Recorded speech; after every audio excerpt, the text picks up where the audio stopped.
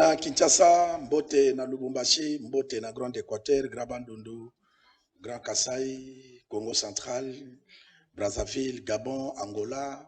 Vraiment, totangi bamboka oyo saturation zo zala soki Congo promo bandi, surtout na ba province lokola tuapa na ebite parce que nzete bandaka na racine, tuapa vraiment ba TV bimili banda, neti na bwende, papeta ya kuna TV na ye, na bandeko ebele bazolanda. Vraiment na pesi bana bwende nyonso Mbote parce que zali racine pivotante, place Nkomo na ndeko Michel Babotama, na pesi Mbote na bandeko ya Kolwezi, Lualaba, partout dans la République démocratique du Congo, tobimi na libana mboka lokola na France, Belgique, Hollande et na ville à Colorado aux États-Unis, ba mbote belé parce que Congo promo ezali ebale oyo etiola kabutu moi biso tozali wanaka kapona kolobela. Actualité ya lelo avana loba na kopesa mbote na ndeko Michel Lwangi parce que tozala ka biso mbale ndeko Michel Mbote. Mbote kumu kivete Mbote pe batwalanda Congo promo na mukolo malelo to sepe ko se retrouver encore une fois de plus pour na kopesa ba information au balingi. Kopesa bango ba information o balingi lelo to kopesa pe bino kaka oyo bino bolingaka somera lele ezali to kolobelela gratuité tango mokonza mboka promikaki gratuité nani vraiment metaki en vigueur puis lelo est-ce que ministre Tony Mwaba aza kotombola kaka gratuité ou bien ekiti eza rôle na biso ba journaliste ya ko discuter to kosolola pe examen d'état et uti kobima ba makambo ebimi et compétence ya ba élève ndenge za koleka yango eza peka na kati ya gratuité tokolakisa arrivé ya molendo sakombi ndenge lisala ezalaki tombe tolingi ba ministre ndenge wana oza en fonction tango ozosala descente na fief na yo ezolakisa ke président Félix Tshisekedi aza akei ndenge bayambaki molendo sakombi tokolakisa pe ancien ministre ya santé Eteni Longondo tanga komaka na fief ne pona ke do déposer candidature vraiment bato bakomona gani mais biso toza focaliser migi na actualité tokolakisa yango tokolakisa pe jeune leader ya Équateur Sansar Ilumbe akende kipe pona ko déposer candidature ndenge ya Bujaki Vilambandaka et lelo batolete tokoloba puis toyambi invité oyo azali maître avocat toujours pona kosolola kaka pona bonne marche à République démocratique du Congo et puis pona gratuité parce que bamebe ko ebele bangonde ba pesa kabiso ndeko Michel avant na présenter invité na biso. Bonne santé, bonne semaine, parce que tu kobala, moi, ma fatigue, moi. Non, semaine est très bien, actualité est actualité oblige, actualité à semaine est notamment la publication avec examen d'état. Et là, que banner ça avant, mais comme un mois après tout ça, rentrée scolaire est dans 2 semaines, est net, il y a un autre côté bengi invité la biso lelo. Aya ko expliquer biso tota na ndeko lobi na sommet gratuité ezala indenge nini e bandaki ndenge nini bana bandaki yango est-ce que même logique o e bandaki ba initiative nango ezo continuer lelo ba fa nini ezali faut corriger tout ça et puis banani ba oyo que mboke oge reconnaître lelo ba héros oyo que soki Félix Tshisekedi na bilan na ya ko défendre il y aura aussi une part il y a enseignement primaire et secondaire et puis ba pionnier au basai qui donc gratuité reçue c'est les questions auxquelles nous allons débattre na Congo pour mal. Merci na ko révéler bino invité na biso ezali maître Ndano Mbote. Mbote kumu Mbote ndeko Michel pe Mbote na bakongo mali nyonso baza kolanda biso na Congo. Na kokota na émission na biso ndeko na ngai gratuité mokonza mboka promikaka yango ya 20 jours ezalaka na constitution mais Félix Tshisekedi a eu pouvoir à lobby na longola ba parents charge a promulgué gratuité et puis ministre Atchako Nazalaki mon mboka Willy Bakonga memi Mukumba tilele ko koma Tony Mwaba. Est-ce que koki ko comparer tango Willy Bakonga azwaki bateau à commandement wana étant que ministre EPST et atambusaki ndenge nini avant to comparer na moment ya Tony Mwaba. Est-ce que ministre ancien ministre EPST Willy Bakonga a resiraka vraiment la gratuité? Merci na motuna ndeko mopanzi sango kulutu na ngai kumu ona lingaka mingi na sepe susu kokuta na yo lelo pona kokanisa na mambi matali ekolo na biso Congo pe na makambo ndenge na ndenge na motuna otuni omoni ko gérer mboka ebongaka kozwa batu oyo bazali prêt pona kopesa mboka ke liboso et tango tata mokonzi ekola kotaki na matazana na courage. Na slogan, oui, toujours qu'il na slogan il y a le peuple d'abord. Et là qu'on a mona qui va pulia ko sala. Ils ont touché impact visible déjà parmi tout le temps gratuité de l'enseignement. Et puis, contexte, la gratuité de la semaine, contexte est encore très particulier parce que les gens qui loko mbalali bosso et comme ça. Or, tu as vu que awa na mboka na biso, système éducatif et comme qui copie à battre. Ba privé, ba conventionné, ba ndenge na ndenge. Mutu na mutu ko sala koti appris na ndenge na ye. Ezaki na bekol mususu oyo sokoza nantité papa no azali bourgeois to ko tanga te. Mwana Selemba lelo azotanga na Sacré-Cœur. Mwana Kingasani lelo azotanga na lycée Kabamba. Complexe wana ya bana oyo na bana oyo esili parce que bana nyonso na loi porta procédure na égalité. Alors, na bitumba on ndenge zalaki il fallait batia mutu moko oyo azoporter idée wana ya chef de l'État sous impulsion na tata mokozi école to pesi mbote aya ko matérialiser yango na ba makambo ndenge na ndenge. Nde tata mokonzi asepelaki kotia mwana mboka Willy Bakonga oyo na pesi mbote sika za kolanda biso. Tango azui yango oyebi partout bazo benga monsieur gratuité. Papa gratuité. Na Congo ekotika la bongo tie soya que mutu oyo ko matérialiser gratuité za président de la République tu sais que dit sous impulsion na ye mais mutu aye ko fandisa yango na mosala eza Willy Bakonga. Nini Willy Bakonga fandisa? Na makam pardon. Nini afandisa ki yango ba to nini afandisi yango? Parce que moni soki tozongele loko yo eza po biso toza ba dialogiste te. Oui. Ici ezali centre ya réflexion bato ba comprendre parce que mboka na biso ekoma mutu bato basalaka musala bien te nde ba etufaka bato basalaka misala bien. Or qu'il faut valoriser bato basala misala bien pour na Congo na biso lobi etongama. Ndeko nanga toko continuer ke ba conseil des ministres chaque vendredi pesa ko apporter le côté. Biloko za ko mata eloko mongeza ko sala mate par mois toza na 4 conseils des ministres ba retomber zate. Yango tozongeli eloko wana pour na ba ministre bayebaka ke bazali wana pour na bango te baza na service ya peuple. Lokola baza na service ya peuple basala musala pour na peuple bénéficier parce que tokanisaka bango to honorer batu oyo basala musala o basala ka musala très bien. Nini Willy Bakonga sala concret oyo lelo ba congolais ba tokantie na problème à gratuité. Voilà.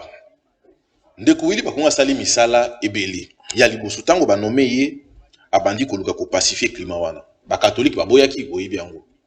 Ndeko Willy Bakonga fanaki na bureau na climatisé ta ki koluka toutes les écoles où ils ont na couverture ya ba conventionné catholique saluste Kimbangi c'est atamboli komona bango pour que ba luka bandima ba kotisa parce que agrément l'état mutapé saka et tiaki mbilinga a reçu premier pari wana kokutana ba ko convaincre bandima gratuité l'enseignement na ba école na bango chose qui est faite ya liboso yami balé Willy Bakonga a cotisé plus de 5 millions d'enfants au bazaki na balabala kobeta baje bakuluna banini banonche bazongi classe ngonga Willy Bakonga tokomona ke bana misu boke de classe bazana uniforme été mais bazoke de classe au mona zaki na kwa zobeta bale na bavenu tanga komi ke de classe akuta na baninga bazobeta masolo ya yo to bakutu kobeta bale kuluna ezali bana école primaire bana 12 ans 13 ans 14 ans.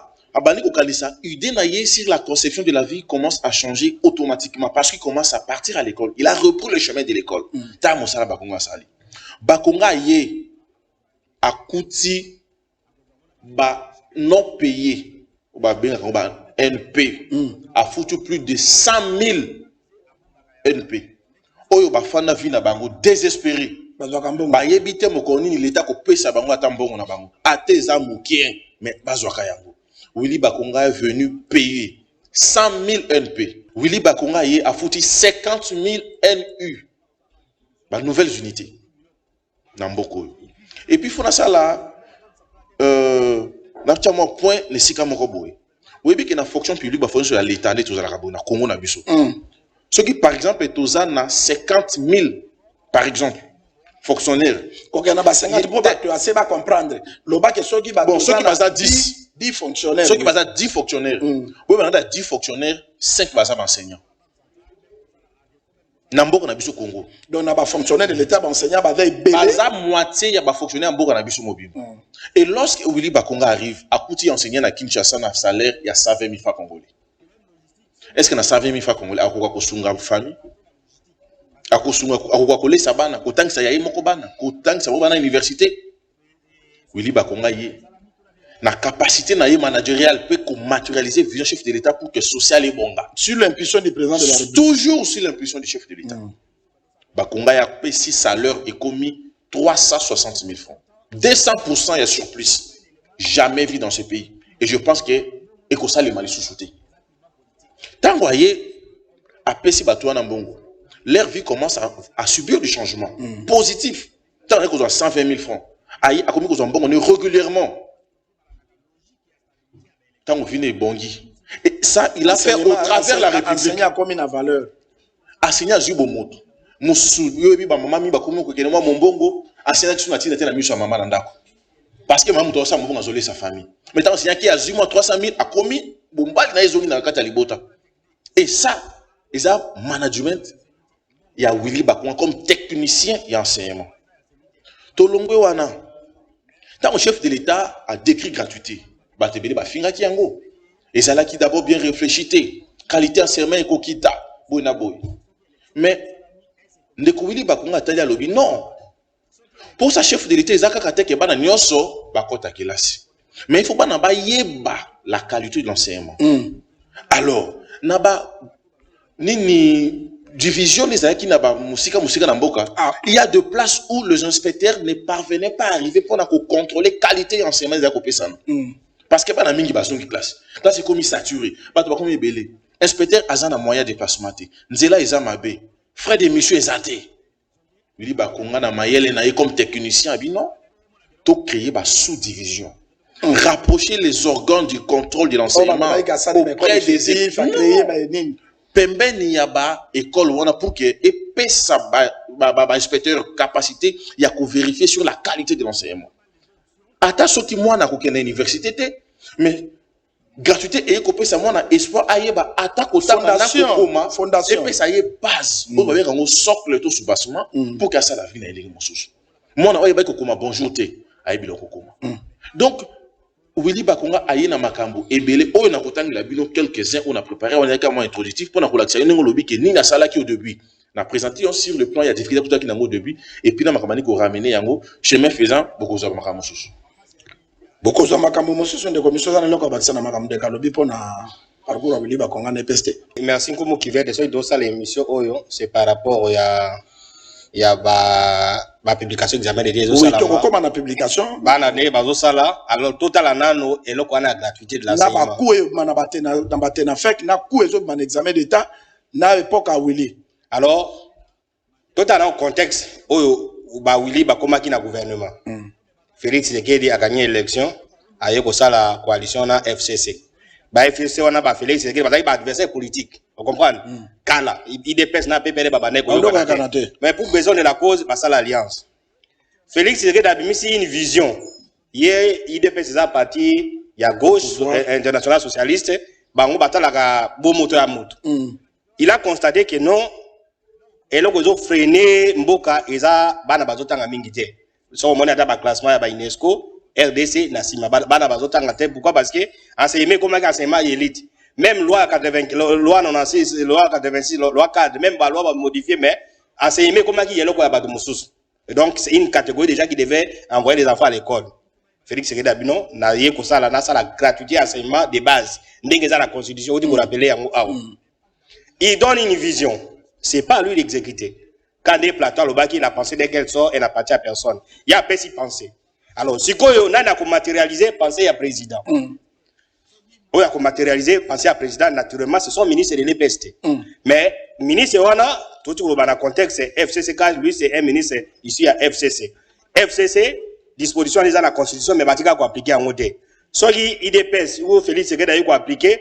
ça sera par contre à FCC neti mauvaise foi mais pourquoi ils n'ont pas fait tout ça alors Willy Bakonga a comme si on a milliers na bango soit a bloqué comme certains ministres de PPD l'ont fait dans le gouvernement de Bango ou alors à la vision chef de l'État. Alors il a mis son énergie que non a matérialisé. Willy Bakonga na Mourambo Kalobi na va ministre. Non républicain na va ministre na nité ngana ko sunga vision chef de l'État. Alors sunga passé lui-même il est responsable d'école, lui-même il est enseignant, il est promoteur d'école tout ça dit dans la vision chef de l'État. Alors maintenant qu'est-ce qu'il devait faire? Toya qui na contexte nin, tout contexte il y a ba Covid, ba difficulté tout ça. Alors action à libosa et ça la pour sauver, pour matérialiser l'idée à chef de l'État. Entre parenthèses, parce que les gens peuvent dire, tout ça, mais le président a donné, le président, quand il a vu la réussite, il y a gratuité, alors oui, non, même dans l'université, tout comme la gratuité de l'enseignement. Il a dit ça, non? Tout comme la gratuité. Est-ce qu'il y a un ministre de l'enseignement supérieur universitaire à droite vision, mais rien, ne fût-ce que l'enseignement, établissement étatique, dans l'université à l'État. So, c'est l'université où la moins chère dans le Congo. Vous comprenez? Pour la matérialiser, moi, dans la Congo. Oui, mais c'est moins de $300, non? Moins de $300. Mais moi, dans le collège Boboto, Minerval, ou bien, l'école Moussou, plus cher que. $2000. Vous comprenez? Mais, ministre, il y a ici, à droit qu'il y a pour matérialiser, même si les chefs donnent une vision, mais il faut en avoir un technicien, revenons sur Willy Bakonga. Ok, ça va. Moi-même, je suis responsable d'école. Naïbi ou salarié. Il faut sauver année scolaire. Vous comprenez? Pour tout le monde a des espoirs. Et puis, il faut que examen d'État, va tout dans des questions examen d'État, na coup époque à Willy Bakonga, il y a Covid. Willy Bakonga, bon, on a et puis une époque à Tony Mambongo Dikolo. Pourquoi? Non, mais on va revenir sur cette question. Et là, actuellement, il faut sauver gratuitement une rentrée scolaire. Tout le monde ne voulait pas que année salam. Donc on accusait à tort ou à raison que non, l'église catholique va dire tout ça, mais lui est allé voir le cardinal, qui ne va pas cardinal, tout ça là, rentrée scolaire, et puis rentrée scolaire et salam. Là où tout le monde était pessimiste, la vision il y a, sous l'impression du chef de l'État bien sûr, mais la vision il y a un ministre, ou à l'Nimbo Kanaï, rentrée scolaire et salam. Il dit, rentrée scolaire et salam, c'est quoi bazawat. On est allé ramasser, au moins, les enfants allaient même à l'école, vous comprenez? Tu peux recenser sur une avenue, 15 bannes, il y a âge à 5 à 9 ans, au moins 9 bannes école. Ce qui n'est pas le cas aujourd'hui. Bien sûr, nous sommes dans les vacances, même après vacances, parce qu'à l'époque, les enfants passuraient, moi, nous avons l'assurage, à qui na Tongo, à ça l'assurage na Tongo, n'a pas quoi classe. Ou bien qui n'a pas quoi tout. Donc, on a pris au moins 5 millions à ban. C'est-à-dire que non, la balabala, nous, vous et moi, nous sommes allés dans l'Équateur, n'a pas fait un fort. C'est pas à Kinshasa. Oyo qui tourne dans le village, on a attendu. Na kufa pangoma ya mamanser. Moi, il y a 32 ans. À première année. Azongi. Donc, Azongi, Balabazongi. On a récupéré les enfants vers l'école. La vision est que non, les enfants sont on les a récupérés. Mais enseignants, gratuité, salami, ça signifie quoi? Les enseignants ne vont plus percevoir, faire des bananes et minerval. Les écoles vont fonctionner comment? La vision naïe. L'État doit doter la subvention, nani ba faire des fonctionnements de l'école. À l'époque, quand lui, avant, il a comme ministre, faire des fonctionnements. Moi, je suis allé faire un reportage dans la gare centrale. Vous comprenez? En face à la gare centrale, on a épée gare. Le directeur on a dit que non et touché frais de fonctionnement 50 000 francs. Et ben Koya par hasard, on avait la rentrée scolaire, j'ai fait un reportage. Et à l'époque, il avait $27. Mais lui-même dit tout comme il a 1 million. 1 million, c'est dans les $450.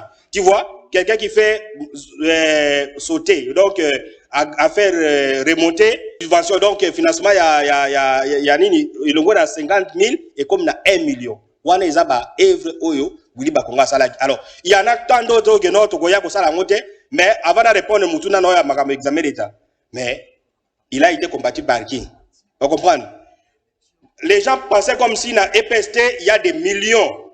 Ndenge Willy Bakonga a ramené dans l'école, Ndenge enseignement, l'école Babanouko Zoa, fait des fonctionnements.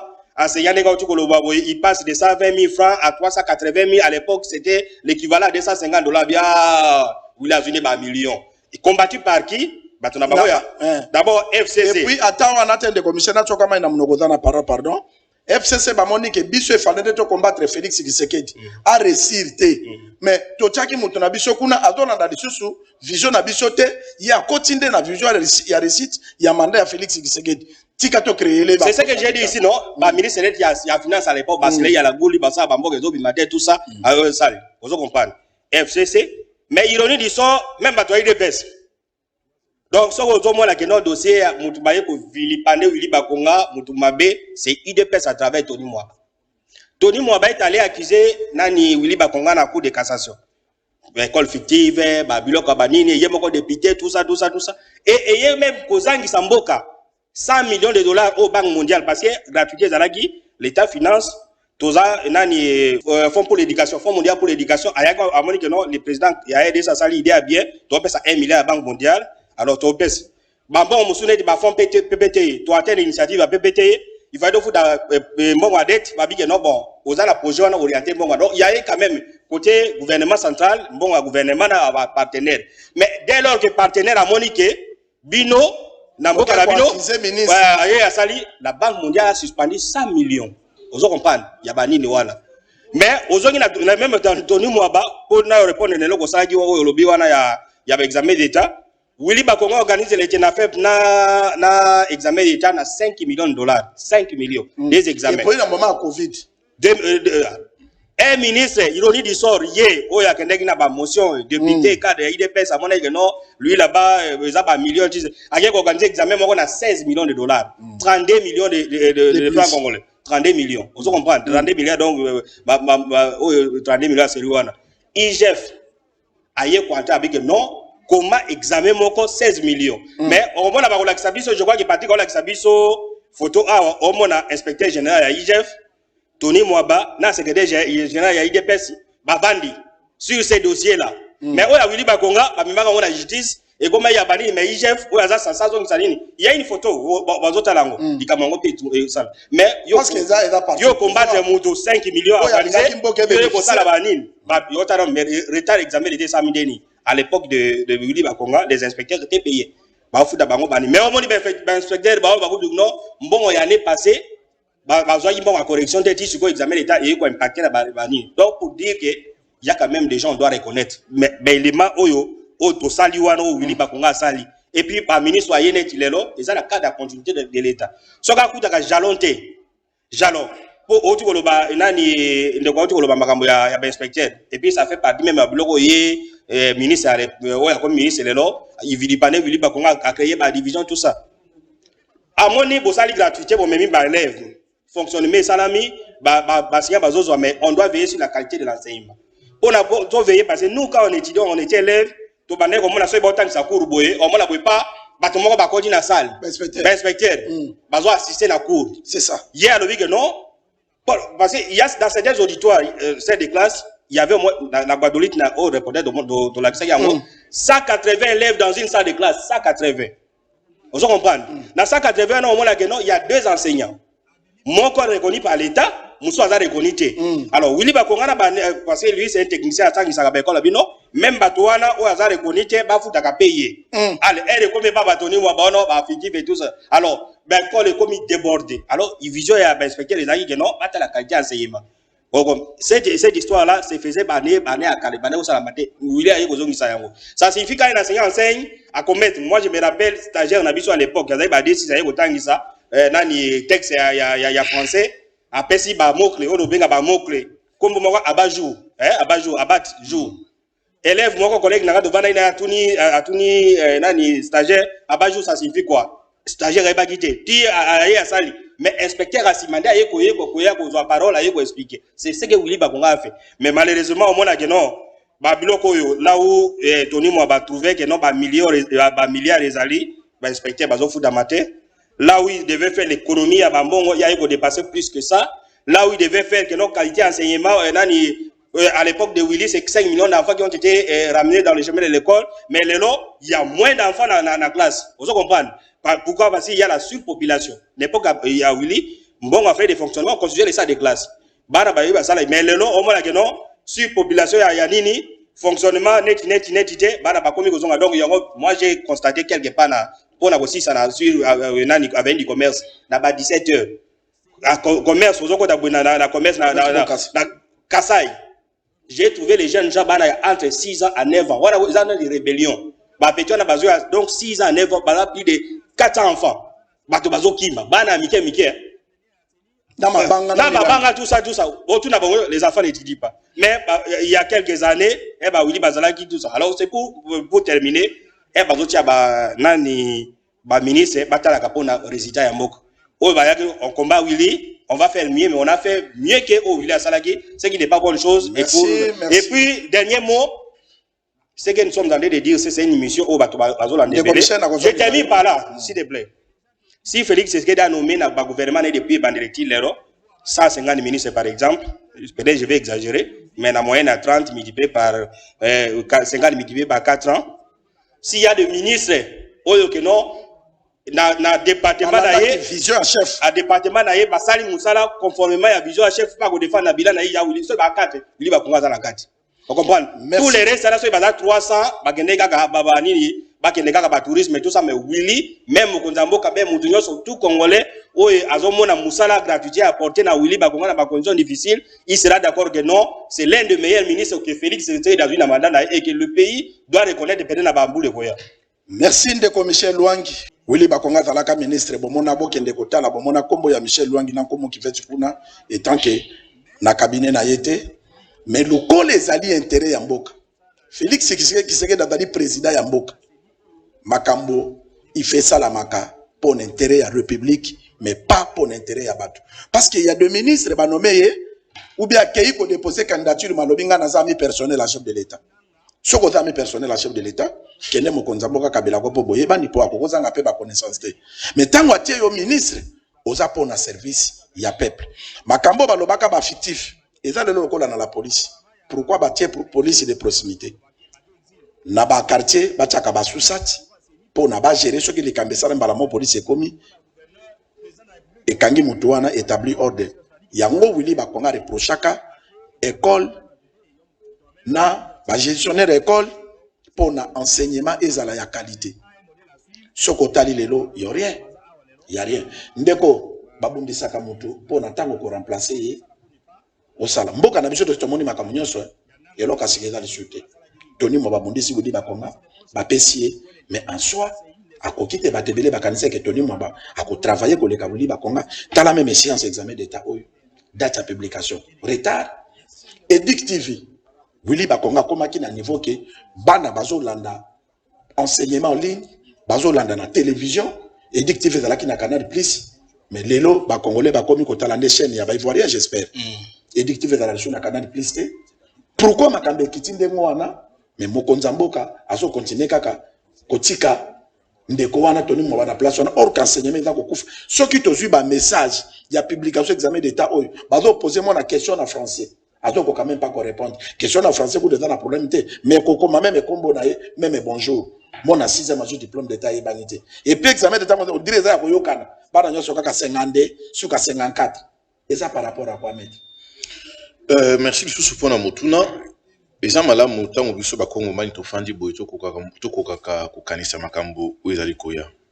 Omoni en termes de gestion et choses publiques, ba traitaka yango te nelongi ya mutu. Ote elongi ya ndeko Michel eza boye na moni na CP na ete elongi ya kumu eza boye na CP na ete na matière ya gestion ya choses publiques seul facteur déterminant ezalaka nde misala réussite oye kosala nini parce que tant ba nommé yo po yo kosala loko moko boye est-ce que oyo osali yango avec excellence to osali yango na ndenge ya mabe atuanga nazo obi kokama na ngeza dine soki condition oyoyo bato misusu baza nango na ministère so ezalaki ntango bakonga azwaki yango mbele ministère ekufi bozo comprendre yango soki kaka condition oyo bakonga azwelaki yango à l'époque covid-19 kobundisa ye koluka koyokana na banganga nzambe nyonso soki bato misusu baza nango lelo banga bakoka te oui bakonga appuyons sur lui pour que l'autre soit gratuité oyo. Tous ceux qui viendront après Bakonga, Tiye Soya, c'est Bakonga qui a dressé les lits et les autres viennent que dormir et travaillent calmement. Et ça, quand on a des dans le bâtiment, mon salaire Bakonga, ils ont qui koluka terrain, au juba matériel, au tumori bamambulu, au sali fondation, au sali élévation. Les restes à Batoubaye, boya ko sala ni ko bakisama pour kimoko, ko sala boy, ko tia colonne. Mais mon salaire makasi ça a été fait par Willy Bakonga. Tenez. En 2019, vous voyez que le monde entier est secoué dans la COVID-19. Tout le monde doit savoir qu'il y a une année blanche. bakonzi ya mboka bipa epai bato bele bakufi covid ezalaki makasi. Combien de fois chef d'état kangi école na ba université bapekisi ba bureau bakangi combien bato nyonso bebeki eza année blanche. Mais na caractère managérial ya bakoma comme technicien enseignement afungolisi ba application azui édicté veut tu koloba ngo batia yango na Canal Plus. Le seul et l'unique ministre depuis Congo joint indépendance ti lelo a plié chemise na ye, marche chemise na ye asimbi crée alors tangisa mwana nyonso oza na gungu aza na lisala aza na bagata aza wapi soit tele na télé na nani Canal Plus azomona na ministre na bango nde azotangisa. Est-ce que ça se vit où? Et tika ko sala mawapi? Tout ça c'était pour sauver l'enseignement. Tango bakonga ke édictive longo na Canal Plus. Ezalaka na Canal Plus. Ezalaka te. Donc bozomona ba makambo wana ya minene oya sali. Merci. Oui. Tozwa ki ba réflexion pour na bato ba comprendre que tango komi ministre, oza ministre ya IDPST, oza ministre ya PPRDT, oza ministre ya Safute, oza ministre ya avocat, mais ozali ministre ya mboka. Sala musala pona etikala na banda depuis population baza bazo bate. Michel ndeko Patrick Soko zanzela moko na komu ki fait pas mona ke ba ministre population pe ba mona ka obo salaka. Bota la descente ya Molendo Sakombi ndenge population ya Lisala e bukanaki malgré mbula. Mais bato ba matiti likola batole pona koyamba Molendo Sakombi récompense ya kosala musala malamu toke na Lisala bongo tozonga. C'est sur le coup de 15h15 que Sakomi Molendo, ministre national des Affaires foncières, a atterri à l'aérodrome de Lissala ce dimanche 20 août 2023 dans la province de la Mongala. Venu de quatre coins de Lissala, la population a bravé la pluie torrentielle qui s'est abattue sur la ville pour accueillir chaleureusement le digne fils de la Mongala, qui a foulé pour la énième fois la terre de ses ancêtres. Au milieu de cris de joie, de chants d'allégresse, drapeaux de partis politiques flottant dans le ciel de Lissala, la marée humaine a minimisé la pluie pour marcher derrière Sakombi Molendo.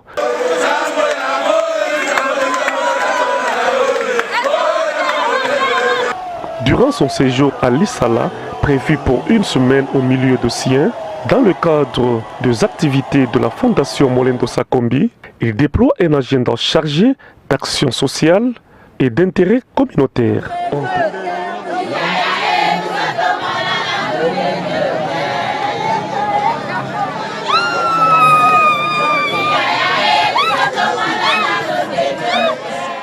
Merci Patrick, merci Ndeko Michel. Omoni ba ministre bazo sala musala, pe population bazo mona. Pe akendaka na mboka na ye malgré ata na bokonzi mais atiete ke ngana komi nzambe bamona kanga ite ngana va ministre na va excellence ake bazo yembela mona mboka ndeko na biso aye il faut honorer ye mutu ya boske Félix Tshisekedi ata disu na musala ya kosala na Lisala. Non mais les images ils ont démontré population s'est mobilisée la semaine la keko yamba ministre et puis quand il est allé il y a quelques mois na mboka azoloba nani Lisala, il y a Général Leboye, il y a donc après si bakulaka na yamboka wana valeur notable bakufaki yaou banani et puis tala lelo donc on sent nani contact entre ministre Molendo na population ya Lisala. Il est candidat député na Lisala ville. La ville a dit ça, donc un siège, sûrement siège wana na maboko ya ligne. Parce que anakisi bolingo na mboka na ye, akendaka na mboka na ye, et peut accueillir boye comme ministre, comme Ndeko, et il apporte des solutions. Vous comprenez? Contrairement à Bamoussouba, parce que quand on te nomme un ministre, vous êtes un ministre de la République. Vous comprenez? Ça la Moussa pour la République, oui. Mais ça là quand même que les gens, parce que les quotas là, on donne les quotas par rapport à la province. Province non effectivement nous avons eu moi Mboka à Salagi tout ça c'est toute la République qui reconnaît mais Mboka ils sont fiers de lui parce que moi na bango à défendre honneur na Mboka après si République ma condition ya kotanga ya bien bana batangi chômage et tout ça na Mboka na donc ce sont les exemples à suivre oya ba Molendo Sakombi. Merci, ce sont des exemples à suivre. Ya ba Molendo Sakombi toko kene na ville Mbandaka, tola na mona mboka Sincère Ilumbe, yepe adana fondation na ya kende ko tala fondation na tolanda bongo tozonga. Débarqué en Mbandaka ce week-end, Chansar Ilumbe, espoir de la jeunesse, initiateur de la fondation qui porte son nom, a drainé une foule à Liesse tout le long de son itinéraire où il a été intercepté dans plusieurs endroits. Dans une parfaite communion, il a palpé la chaleur de l'accueil par les membres de sa fondation ainsi que de la population au niveau du marché Mbandaka 3. La foule scandait des chants à sa gloire jusqu'au point de chute sur l'avenue Bodjia.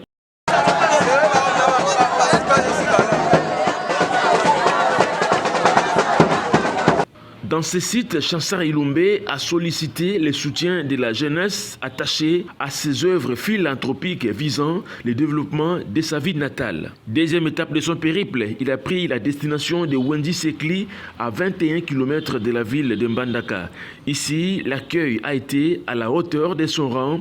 Femmes, jeunes et vieux de ces coins ont tous voulu démontrer leur soutien à Chansar Ilumbe, venu sceller les liens des mariages avec la jeunesse de ces coins. Sur place, il a organisé un championnat de football.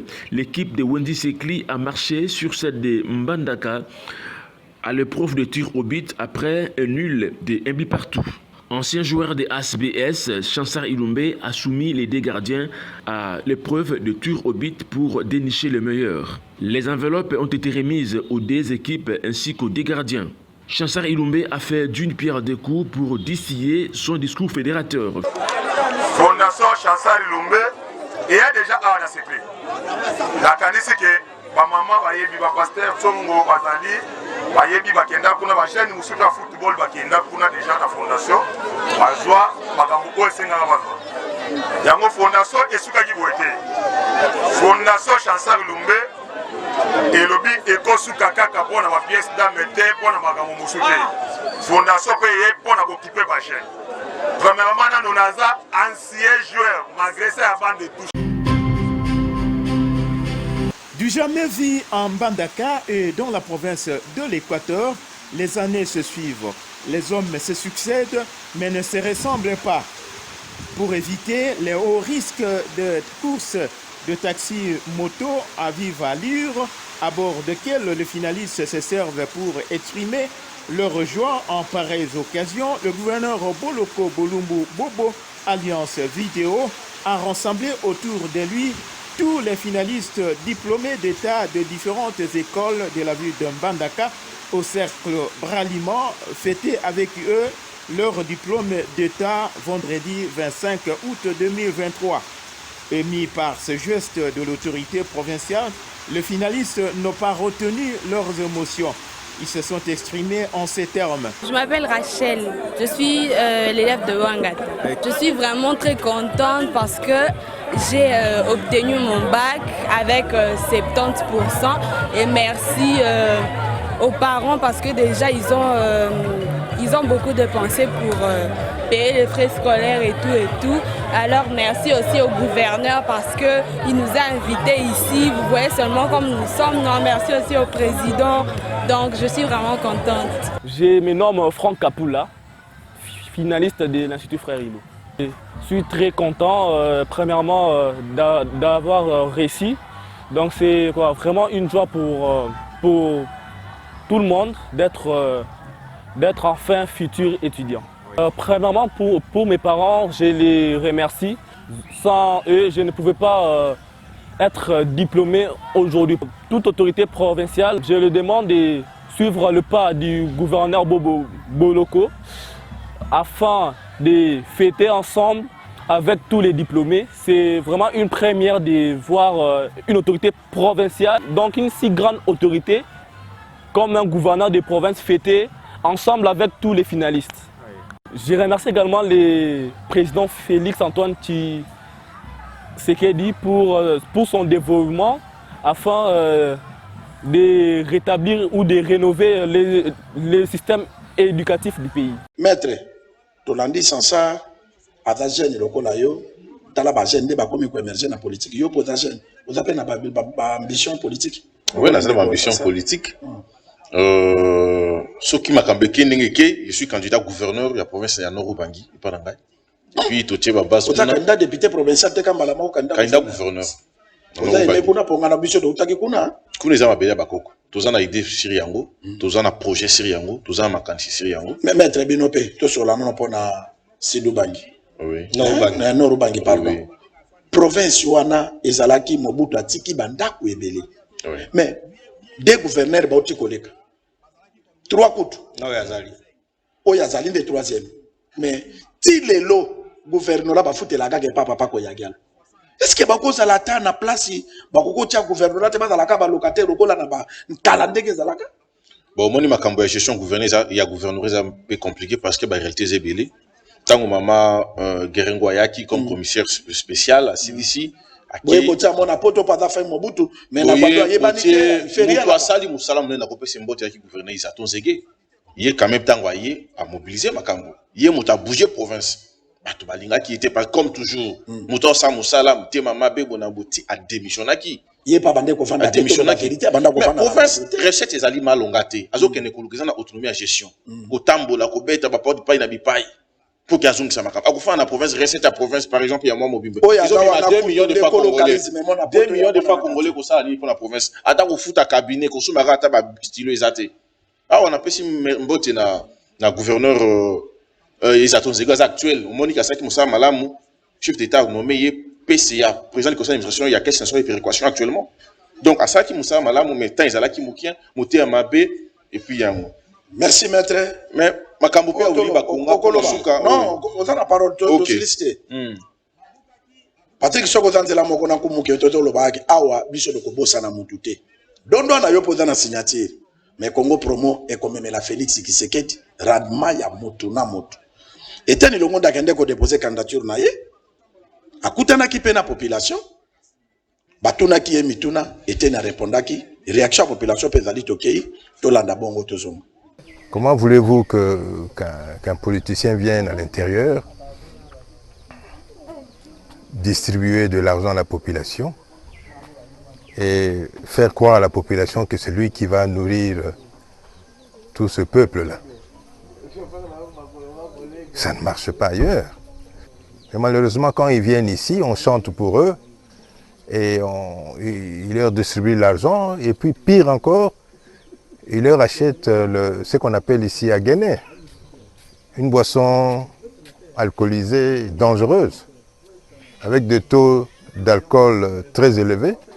Et en venant en route, là, j'ai vu des gens souffrir de cirrhose de foie à cause de cet alcool.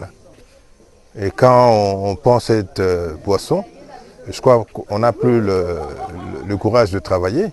Et c'est pourquoi vous voyez la population meurtrie comme ça, très pauvre, et pourtant elle vit dans un milieu où elle peut planter des légumes, où elle peut chasser, tout ça, mais la population ne fait plus rien. Et moi je commence à croire au Code 32, parce que cette partie du territoire national était taxée de moboutistes, et les gens se sont dit, voilà, on ne va plus les aider pendant 32 ans. Et c'est ce qui se passe ici. Il n'y a pas d'école, voilà la population. Il n'y a pas d'habits et les enfants sont nus. C'est pas possible. Ndeko Michel, Olandi et les Mawana, en soi, était dans le lobby mabete, hein. À quelques postes, la côté population, na bilamba et pasuka, ban et lamba bien te mutazo kende église na li papa, excès à gene, cirrhose des fois, batomité be comme kofumba parce qu'à gene les kebele. Ba politicien baza comme même on a discours était ni bato balandi akuti bato eloko ya malonga ezate aketi musika alobi andimi code 32 parce que na mboka na ye passe eza énorme mais population ba moni yango mabe est-ce que eza mabe mutu asala constant pour la population ba ko voter. Merci Nkumu Kivete. Au moni IDPS, les gens attendaient beaucoup na IDPS. Ndé sur l'église, nous attendons ta venue. Chaque jour, na messe, le bonheur que tu nous as promis, les gens attendaient IDPS. Mais comme on a passage à certains membres de l'IDPS, pas tout le monde, la gestion, ça reste à désirer. Parce que l'habillement, mon compte reflète, si on a l'habillement, il y a Molendo, à la chemise à Félix Tshisekedi. Pour la copie, ça va dans le message que si on a un ministre, grâce à Félix Tshisekedi.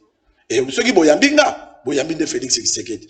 Teni pe ya eteni, ezo la kisa souci, oya kutaki mboka na lati gojo, kaki po yebi kaza na place ya passe akola ta veste te. Wana okena ba analyse économique wana c'est eloko non po yo ça analyse tout on a contenu yo le bieza mabete. Vous ne pouvez pas dire rappeler aux gens que bino awa bato ba melaka gene bazana ba sérieuse de foi bato ba pauvreté zali tout ça, mais vous avez été membre du gouvernement central. C'est l'une des fonctions les plus nobles dans mboka oyo.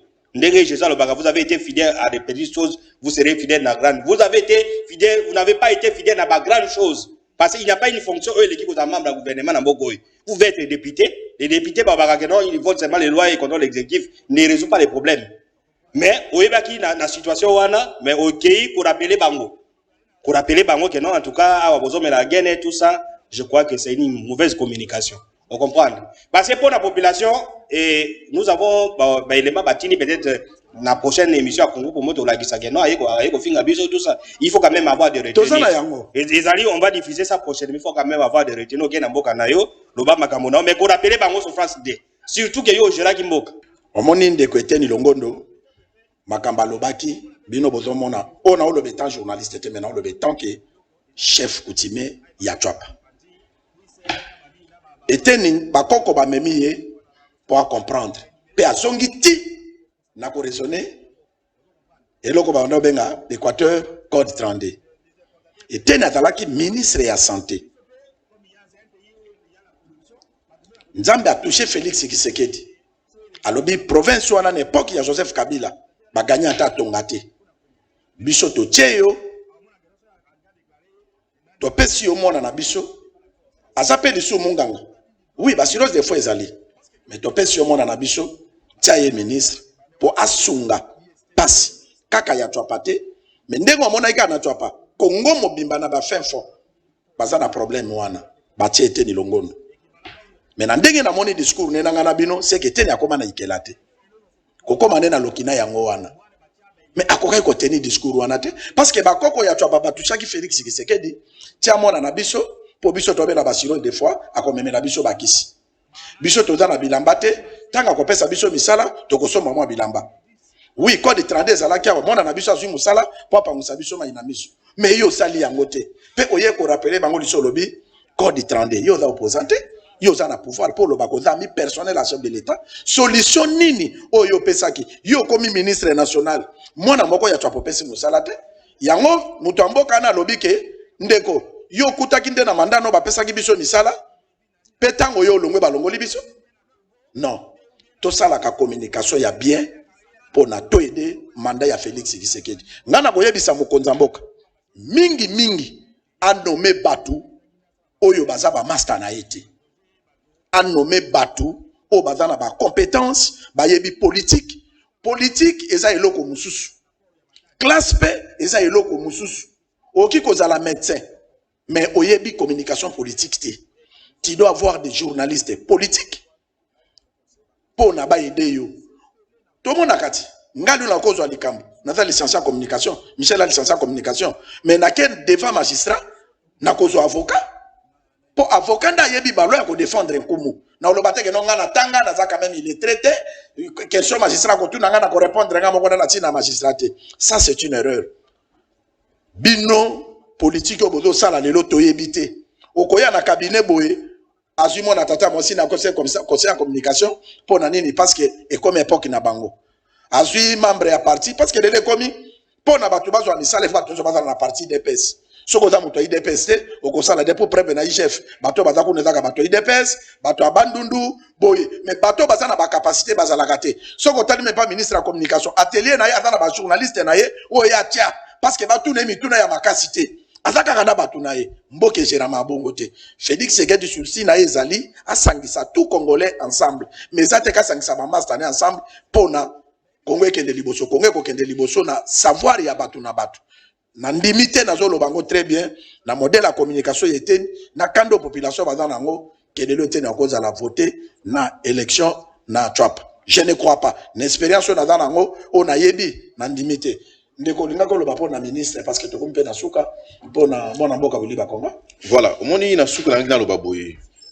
Omoni Congo, que chef d'État bateau, il faut que les gens commencent à faire la part des choses entre être ami au chef de l'État et être serviteur à ses côtés. Et puis, quand on est, oui. Ceux qui ont allé ami à chef de l'État, tant à nommer une fonction, tu n'es plus son ami. Tu n'es plus son ami. Voilà pourquoi il va remplir. Salam ou salam na yo. C'est parce que le ministre Azam Okonzité, c'est un serviteur. C'est ça. Batuka Babakonga. Oui, on doit se le dire vraiment ici. Le ministre équateur, Lelo. Est-ce que ça a été un complot monté? Batouba Fandi.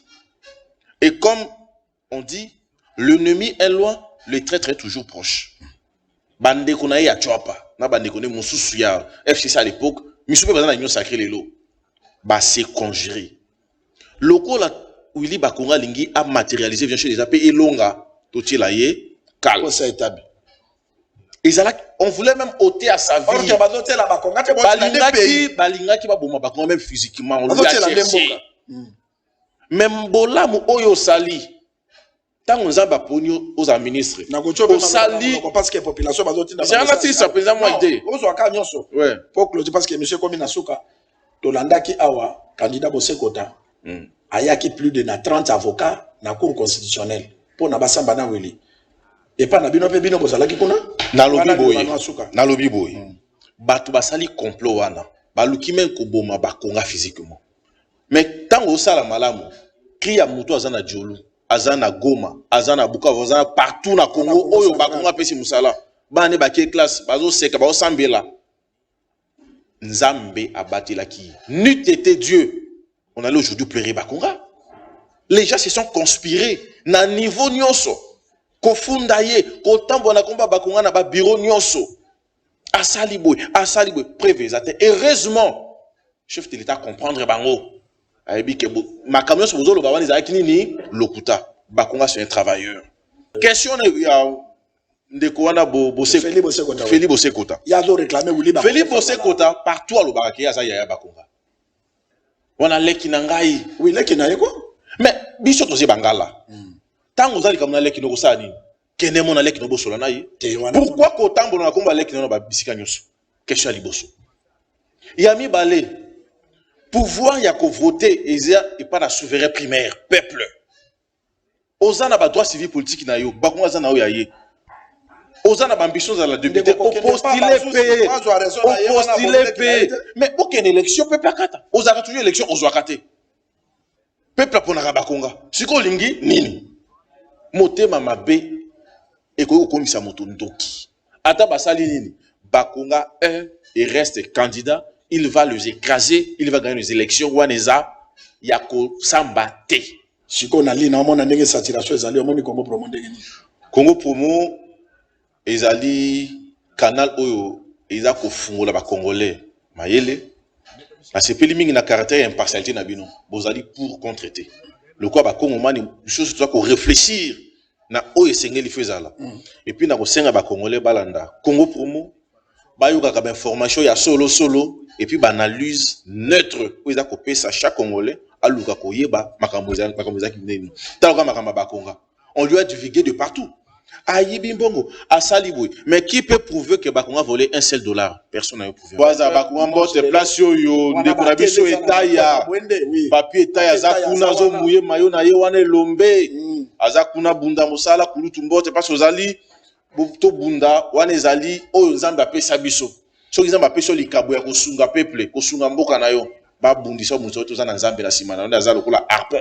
Merci, le commissaire. Une seconde, namoni batindeli biso awa bref ye maman Del Yula avait mis candidate député provincial na Ikela. Donc kombo ya ngwane zomona donc je crois que les choses sérieuses ont commencé et ye na moment où azolanda biso na Ikela et mbote na batinyo so na promet pesi bana Ikela nyoso mbote ko baka pour tour honorable Adel Yula beaucoup les partout donc c'est bon et puis na ya lusaka na ya longa yolonga de bango tu na mondombele tawa na tu donc c'est bien na badolite na kuva basere ya bagoma baolanda Congo na message na bango ye donc c'est bien mbote na ba Congo nyoso et mokili mobima merci beaucoup Mugibet.